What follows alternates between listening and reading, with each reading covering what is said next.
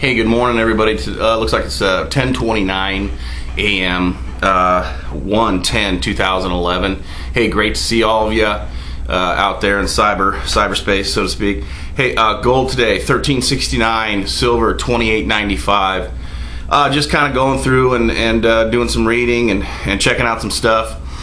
You know, the next thing to watch for are central banks and governments going bust. In other words, you know, on a mass scale.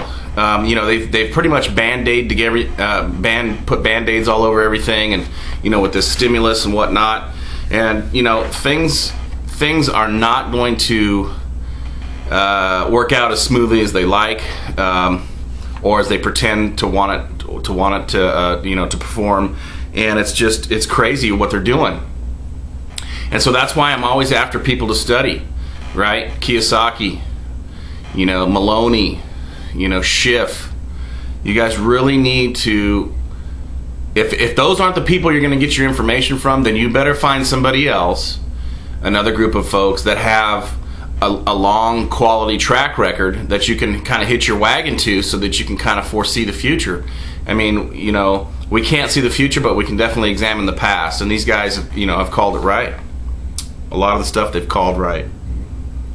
You know, as far as bonds go, you know, you have a lot of net sellers compared to buyers at this point, which inhibits the government from borrowing cash, right? It's harder for them to raise capital, and it just restricts their ability to borrow, which puts more pressure on the Fed to either create, you know, money out of thin air, or the Chinese or whatnot in our case. As far as the CPI goes, I think we all know that's a big fat joke. You know, the CPI leaves out things they consider volatile. Now, what does volatile mean? Volatile means that you would have, let's say, a given commodity or whatever kind of doing this, right? And it's, you know, it's volatile, right? Well, they're leaving out food and energy, and what is food and energy doing? Its overall trend is like gonna hockey stick, right? And so that is not volatile. That is them covering up their mistakes, right?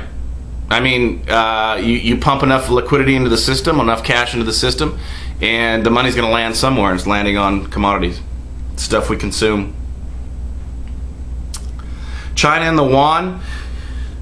You know, the latest things that I'm hearing is they're eventually gonna revalue that currency, and what it'll do is, as their currency revalues, it'll allow that country as a whole to participate in the global market, i.e. buying up lumber and raw materials from outside their country, and which will then put pressure on us. You know, if they're willing to pay, you know, 50 cents on the dollar more than we are for lumber, guess what? The price of our lumber is going to go up, because they are now becoming a major player in the global consumption market, and we're going to pay the price for that, right? And what are they going to use to buy all this stuff? Our dollars.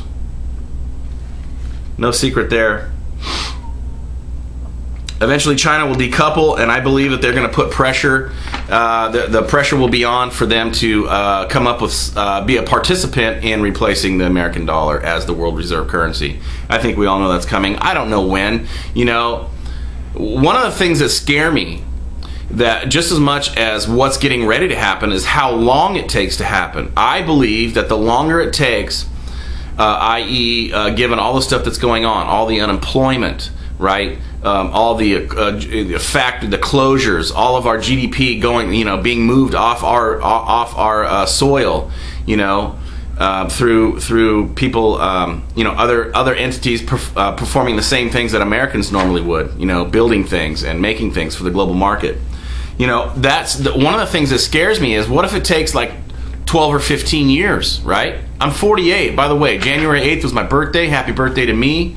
I didn't mention it because I was, you know, partying like a rock star. Just kidding. But, you know, it's kind of wild. So what I see is, you know, the emerging markets are gonna become major players for our stuff.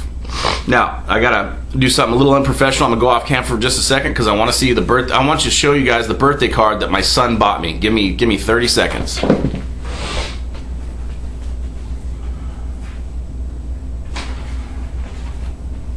So, let's see.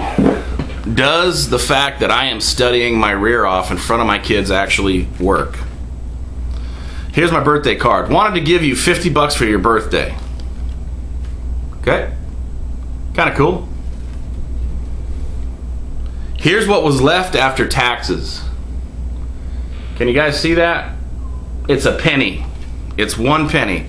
Here's what's left after taxes. Federal, state, local, Social Security, bank and automobile bailouts, and questionable stimulus money. Happy birthday anyway. I just thought that is so cool. Now my 16-year-old son, who has his own business, let me give him a shout out, smallengineadviceforDummies.com. Just picked up a bunch of equipment yesterday for his business. Awesome. But it's actually rubbing off, man. It is actually rubbing off. This is what I'm talking about. You affect other people. No man is an island, right? You affect other people. Whether you're doing something negative or positive, you will affect other people. And it's a great thing. All right, joke of the day. Joke of the day is this. What is the difference between a sexually active person and a pervert? The sexually active person uses a feather, and a pervert uses the whole chicken. Morgan SLV out.